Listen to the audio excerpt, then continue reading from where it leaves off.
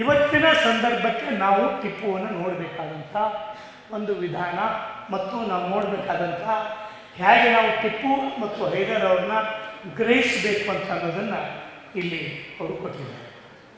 ಅವರು ಯಾರನ್ನೂ ಬಿಟ್ಟಿಲ್ಲ. ಬಾಬಾ ಬುಡನ್ಗಿರಿಯಿಂದ ಹಿಡ್ಕೊಂಡು ಅದು ಟಿಪ್ಪು ಸುಲ್ತಾನವರೆಗೂ ಎಲ್ಲ ಪ್ರದೇಶದಲ್ಲಿ ಒಂದು ಖುಷಿಯಾಗಿರ್ತಕ್ಕಂಥ ಇಸ್ಲಾಂ ಭಯವನ್ನು ಸೃಷ್ಟಿಸ್ತಕ್ಕಂಥ ಒಂದು ಕೆಲಸವನ್ನು ಅವರು ಮಾಡ್ತಾ ಇದ್ದಾರೆ. ಅವರು ಮಾಡೋದು ಸಹಿತ ರಾಜಕೀಯ ಲಾಭಕ್ಕಾಗಿ ಮಾಡ್ತಾ ಇದ್ದಾರೆ, ಇವತ್ತಿನ ರಾಜಕಾರಣದ ಲಾಭಕ್ಕಾಗಿ ಮಾಡ್ತಾ ಇದ್ದಾರೆ.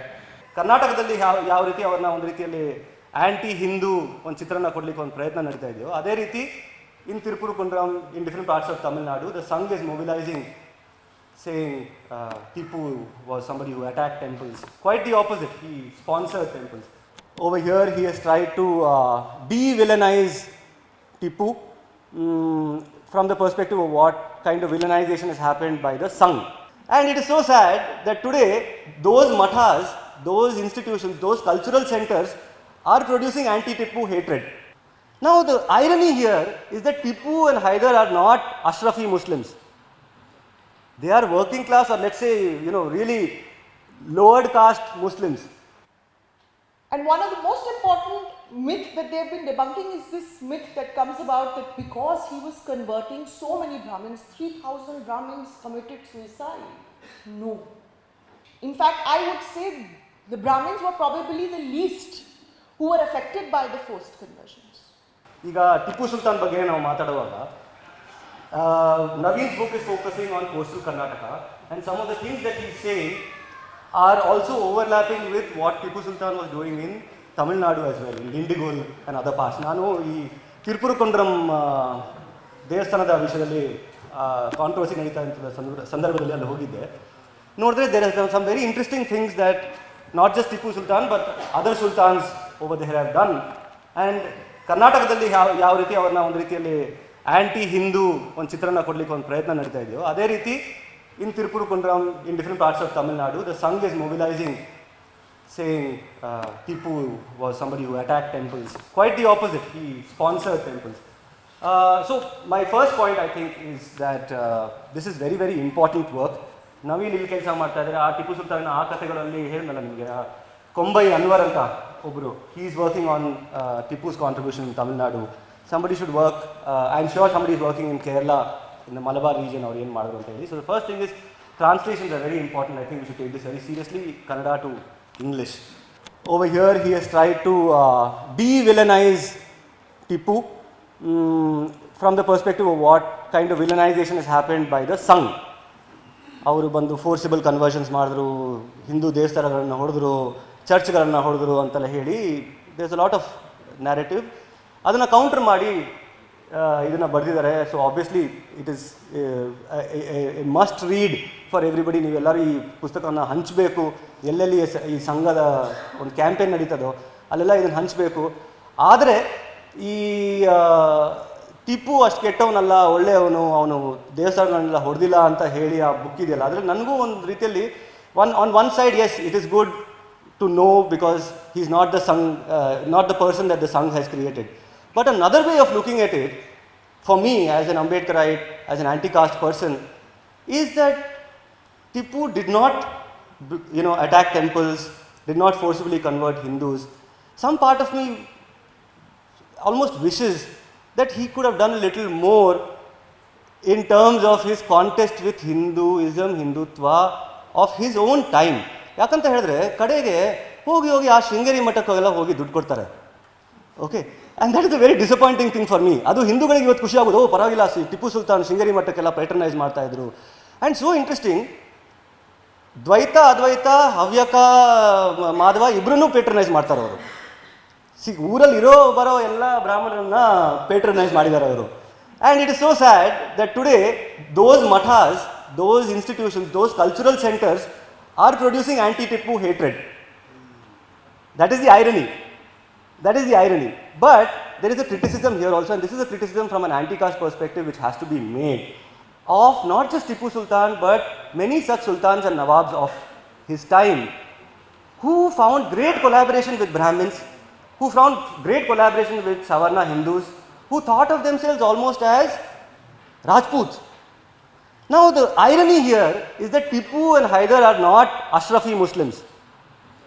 They are working class, or let's say, really lowered caste Muslims, who, instead of contesting the Ashrafiya dominance of that period, where you have different Nawabs from different parts of the country who are trying to do this entire high culture, high Islamic culture, I wish that, he would have been one of those guys who countered that and said, no, I will take the low road, because the low road in this context is actually the high road.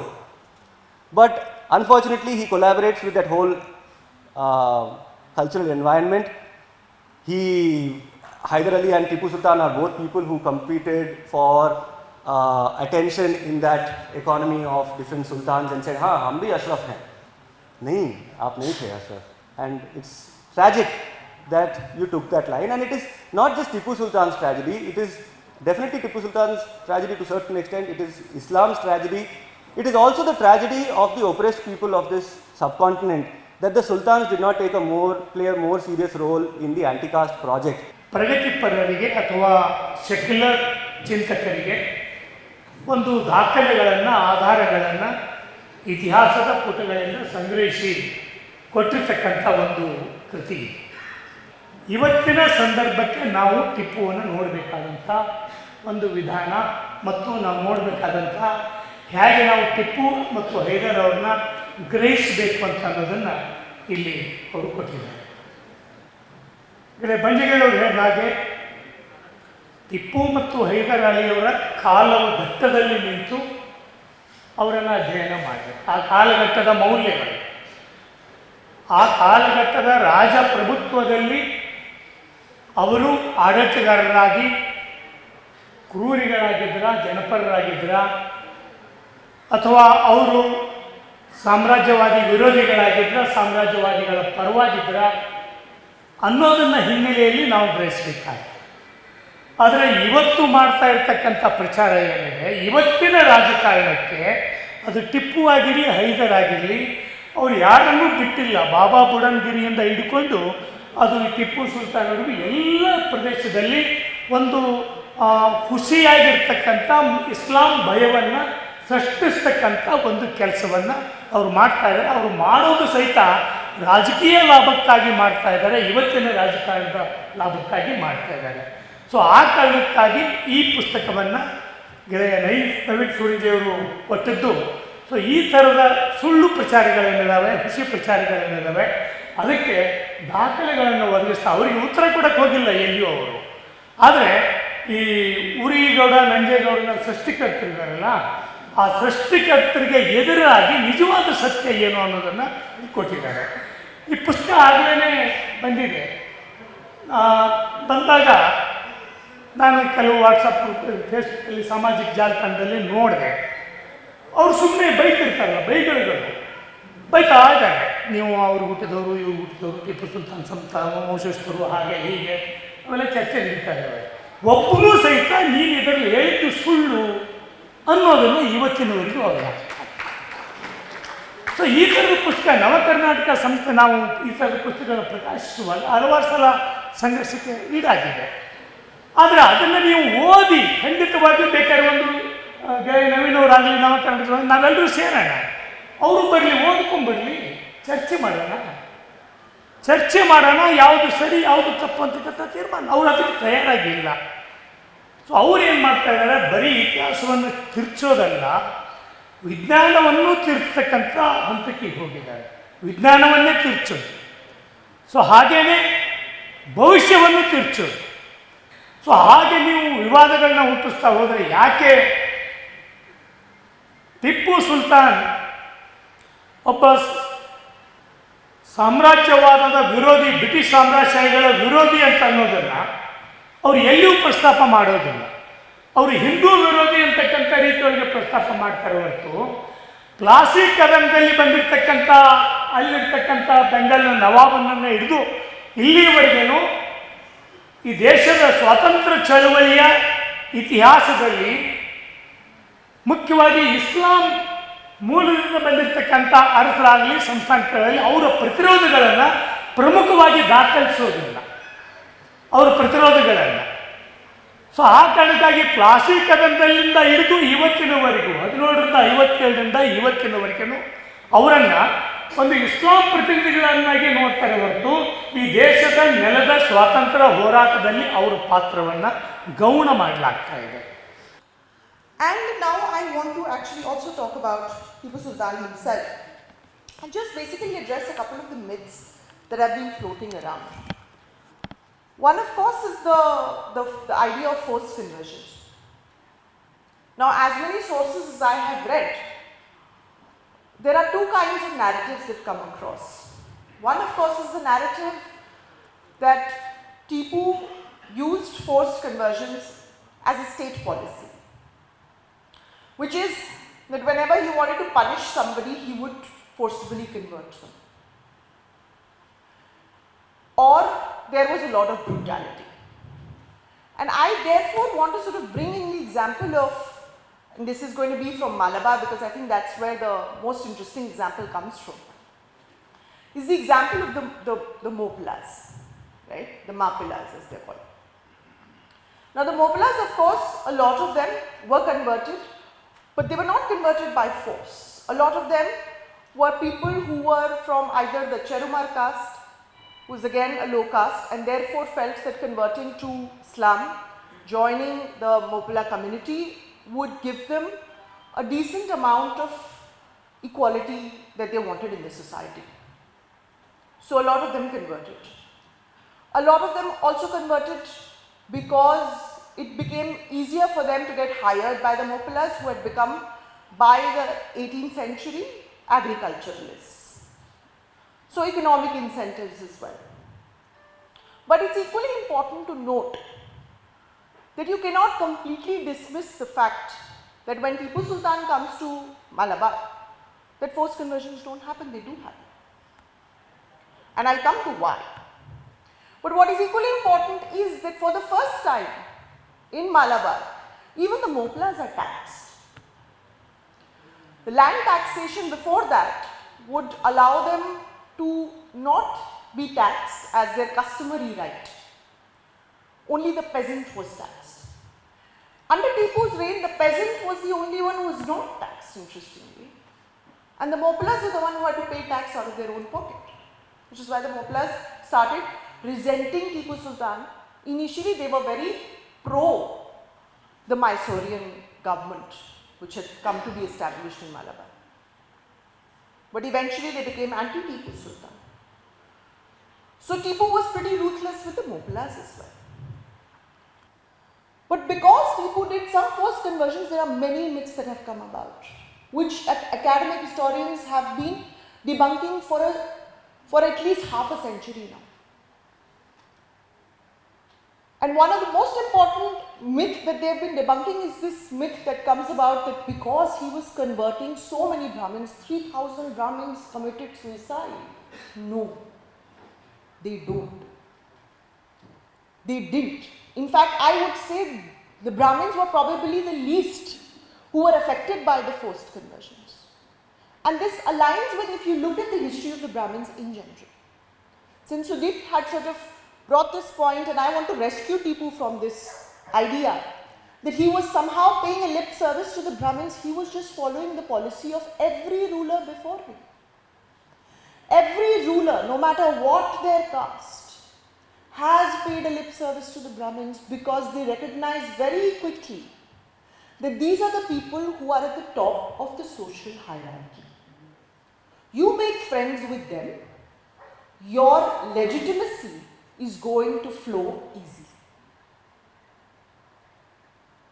So while coercion is important for a monarchy to exist, for it to exist for a long period of time, soft power is equally important. Where does that soft power come from? From social legitimacy. Where will that social legitimacy come from?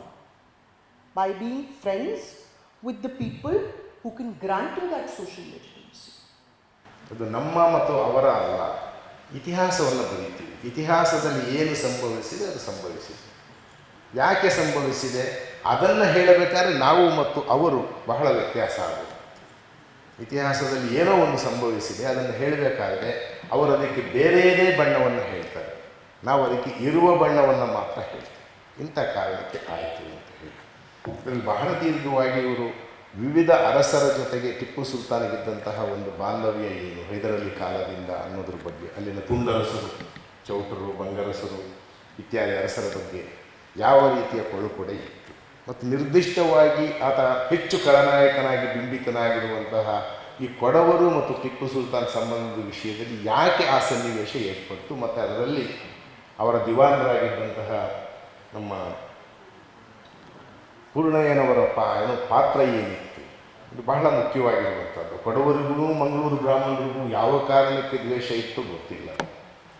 ಕೊಡವರಿಗೂ ಮತ್ತು ಬ್ರಿಟಿಷರಿಗಿದ್ದಂತಹ ವಿಶೇಷವಾಗಿರುವ ಒಳ ಬಾಂಧವ್ಯಗಳೇನು ಮತ್ತು ಬ್ರಿಟಿಷರು ಯಾಕೆ ಕೊಡಗನ್ನು ಅಂದರೆ ಕರಾವಳಿಗೆ ತಲುಪುವುದಕ್ಕೆ ಹಳೆ ಮೈಸೂರಿಗೆ ಇದ್ದಂಥ ಹತ್ತಿರದ ದಾರಿಯನ್ನು ತಡೆಯೋದಕ್ಕೆ ಅವರು ಬಳಸಿದಂತಹ ಕುತಂತ್ರ ಮತ್ತು ಕೊಡವರು ಅದನ್ನು ಅರಿಯದೆ ಅವರಿಗೆ ದಾಳವಾಗಿ ಬಳಕೆಯಾದ ವಿಧಾನ ಏನಿದೆ ಇವನ್ನೆಲ್ಲವನ್ನು ಕೂಡ ಒಬ್ಬ ಸಂಶೋಧನಾ ಪೂರ್ಣವಾಗಿರುವಂತಹ ವಿಧಾನದಲ್ಲಿ ಪತ್ರಕರ್ತ ದೃಷ್ಟಿಕೋನದಿಂದಲೂ ಇತಿಹಾಸವನ್ನು ಅಧ್ಯಯನ ಮಾಡುವ ದೃಷ್ಟಿಕೋನದಿಂದಲೂ ಬಹಳ ಚೆನ್ನಾಗಿ ಅವರು ಬರೆದಿದ್ದಾರೆ.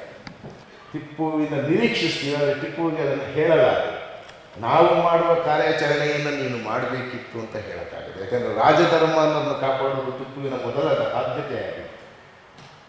ಟಿಪ್ಪು ಒಕ್ಕಲಿಗರ ಜೊತೆ ವ್ಯವಹರಿಸಿದ್ದಾರೆ, ಜೈನರ ಜೊತೆ ವ್ಯವಹರಿಸಿದ್ದಾರೆ, ಬಂಟರ ಜೊತೆಗೆ ಮೊಗೇರನ ಜೊತೆ ವ್ಯವಹರಿಸಿದ್ದಾರೆ. ಸಮಾಜದ ವಿವಿಧ ಜಾತಿ ಪಂಗಡಗಳ ಜೊತೆಗೆ ಅವ್ರದ್ದು ವ್ಯವಹಾರ ಇತ್ತೇ ಹೊರತು ಬ್ರಿಟಿಷರು ಹೇಳುವ ರೀತಿಯಲ್ಲಿ ಹಿಂದೂ ಅನ್ನೋ ಒಂದು ಪಂಗಡದ ಜೊತೆಗೆ ಆತ ದ್ವೇಷವನ್ನು ಅಥವಾ ಏನು ಮಿತ್ರತ್ವವನ್ನು ಏನು ಸಾಧಿಸ್ತಿರಲಿಲ್ಲ. ಅವೆಲ್ಲ ಜಾತಿ ಪಂಗಡಗಳು. ಆದ್ದರಿಂದ ಹವ್ಯಕರು, ಸ್ವರ್ಣವಳ್ಳಿ ಮಠದವರು, ರಾಮಚಂದ್ರಪುರ ಮಠದವರು ಹವ್ಯಕರೇ ಆಗಿದ್ದಾಗಲೂ ಭಿನ್ನ ಮಠಗಳು. ಅವರಿಬ್ಬರಿಗೂ ಕೂಡ ಏನು ಪೂರ್ತಿಯಾಗಿರುವ ಕಾಸಾ ದೋಸ್ತೇನಿಲ್ಲ. ಎರಡೂ ಹವ್ಯಕರ ಮಠಗಳೇ, ಸ್ವರ್ಣವಲ್ಲಿ ಮಠ ಮತ್ತು ರಾಮಚಂದ್ರಪುರ ಮಠ. ಎರಡಕ್ಕೂ ಅವರೇನೋ ಪ್ಯಾಟ್ರನೈಸ್ ಕೊಟ್ಟಿದ್ದಾರೆ, ಇದೆಲ್ಲ ಬೇರೆ ಇರುತ್ತೆ. ಅದರಿಂದ ಅವೆಲ್ಲವನ್ನು ನೋಡುವ ದೃಷ್ಟಿಕೋನವನ್ನು ಒಬ್ಬ ಸಂಶೋಧಕರಾಗಿ, ಅಧ್ಯಯನಕಾರರಾಗಿ, ಬರಹಗಾರರಾಗಿ ನವೀನ್ ಸೂರಿಂಜಿಯವರು ಎಷ್ಟು ಚೆನ್ನಾಗಿ ಮಾಡಿದ್ದಾರೆ. ಮತ್ತು ಕರಾವಳಿಯ ಬಗ್ಗೆ ನನಗೆ ಅಷ್ಟು ತಿಳುವಳಿಕೆ ಇಲ್ಲ ಕೆಲವರಿಗೆಲ್ಲ.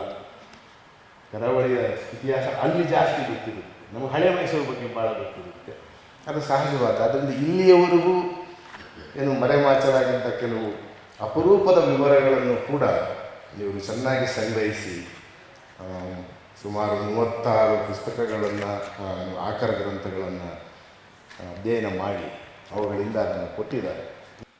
ಒಂದು, ಟಿಪ್ಪು ಸುಲ್ತಾನ್ ಮುಸಲ್ಮಾನನಾಗಿದ್ದ, ನಾನು ಕೂಡ ಮುಸಲ್ಮಾನ. ಅದರಿಂದಾಗಿ ಕೆಲವು ವಿಚಾರಗಳು ನನಗೆ ತಗ್ತದೆ. ಆ ಹಿನ್ನೆಲೆಯಿಂದ ಬರೆದಿದ್ದೀನಿ. ಟಿಪ್ಪು ಜಾತ್ಯತೀತ ರಾಜ ಆಗಿದ್ರು, ಇನ್ನೊಂದಾಗಿದ್ರು ಕೂಡ ಆತನ ಹಿನ್ನೆಲೆ ಮುಸ್ಲಿಂ ಆಗಿತ್ತು. ಮುಸಲ್ಮಾನರು ಕೂಡ ಆತನನ್ನ ಕೇವಲ ಒಬ್ಬ ರಾಜ ಅಂತ ನೋಡೋದಿಲ್ಲ, ಆತ ಇಸ್ಲಾಮಿನ ಒಬ್ಬ ವಲಿ, ಸೂಫಿ ಅಂತೂ ಕೂಡ ಅವರು ಉರೂಸನ್ನು ಕೂಡ ಆಚರಣೆ ಮಾಡ್ತಾರೆ. ನಾನು ಒಬ್ಬ ಲೆಫ್ಟಿಸ್ಟ್ ಆಕ್ಟಿವಿಸ್ಟ್ ಆಗಿದ್ರೂ ಕೂಡ ನನ್ನ ಹಿನ್ನೆಲೆ ಮುಸ್ಲಿಂ ಆಗಿರೋದ್ರಿಂದ ಟಿಪ್ಪು ಮೇಲೆ ದಾಳಿಗಳಾದಾಗ ಅದು ಎಲ್ಲೋ ನನಗೊಂದಿಷ್ಟು ತಾಗ್ತದೆ ಸಹಜವಾಗಿ. ಸುದೀಪ್ತನಿಗೆ ನಾನು ಏನಾದರೂ ಮಾತಾಡೋದು ಒಂದೊಂದ್ಸಲ ತಾಗ್ತದೆ, ಆ ರೀತಿ ನನಗೂ ಕೂಡ ಟಚ್ ಆಗ್ತದೆ. ಆ ಹಿನ್ನೆಲೆಯಲ್ಲಿ ನನಗೆ ಯಾವಾಗಲೂ ಮಾತಾಡುವಾಗ ಹೇಳ್ತೀನಿ, ನನಗೆ ಅನ್ನಿಸ್ತದೆ ಟಿಪ್ಪು ಒಂದ್ವೇಳೆ ಮುಸಲ್ಮಾನ ಆಗದೇ ಇದ್ದಿದ್ರೆ, ಮುಸ್ಲಿಂ ಹಿನ್ನೆಲೆಯನ್ನು ಆಗದೇ ಇದ್ದಿದ್ರೆ, ಒಕ್ಕಲಿಗನೋ, ಲಿಂಗಾಯತನೋ, ಬ್ರಾಹ್ಮಣನೋ ಅಥವಾ ಕನಿಷ್ಠ ಹೊಲೆಯ ಮಾದಿಗ ಆಗಿದ್ರು ಈ ರೀತಿಯ ಸ್ಥಿತಿ ಬರ್ತಾ ಇರಲಿಲ್ಲ ಟಿಪ್ಪುವಿಗೆ, ಅಲ್ವಾ? ಬರ್ತಾ ಇರಲಿಲ್ಲ, ಖಂಡಿತ ಬರ್ತಾ ಇರಲಿಲ್ಲ. ಬಹಳಷ್ಟು ಆತ ಈ ಮೇಲ್ ಜಾತಿ ಹಿನ್ನೆಲೆಯಿಂದ ಬಂದಂಥ ಒಬ್ಬ ರಾಜ ಆಗಿದ್ರೆ ಕರ್ನಾಟಕ ಬಿಡಿ ದೇಶದ ಬಹಳಷ್ಟು ಏರ್ಪೋರ್ಟ್ಗಳಿಗೂ, ಬಹಳಷ್ಟು ಕೋರ್ಟ್ಗಳಿಗೂ, ಯೂನಿವರ್ಸಿಟಿಗಳಿಗೂ, ಸರ್ಕಲ್ಗಳಿಗೂ ಟಿಪ್ಪು ಹೆಸರು ಇರ್ತಾ ಇತ್ತು. ಈಗ ಟಿಪ್ಪು ಹೆಸರು ಎಲ್ಲೂ ಇಲ್ಲ. ಟಿಪ್ಪು ಹೆಸರಲ್ಲಿ ನಮ್ಮ ಟಿಪ್ಪು ಆಳ್ವಿಕೆ ಮಾಡಿರುವಂಥ ನಮ್ಮ ಕೋಸ್ಟಲ್ ಕರ್ನಾಟಕದಲ್ಲಿ ಟಿಪ್ಪು ಹೆಸರಲ್ಲಿ ಯಾವುದೋ ಒಂದು ರಸ್ತೆನೂ ಇಲ್ಲ, ಸಣ್ಣ ಸರ್ಕಲೂ ಇಲ್ಲ, ಏನೂ ಇಲ್ಲ. ಟಿಪ್ಪು ನೆನಪು ನಾವು ಭಾಷಣಗಳಲ್ಲಿ, ಕೃತಿಗಳಲ್ಲಿ ಮಾಡಬೇಕೇ ಹೊರತು ಟಿಪ್ಪು ಹೆಸರಲ್ಲಿ ಏನೂ ಇಲ್ಲ.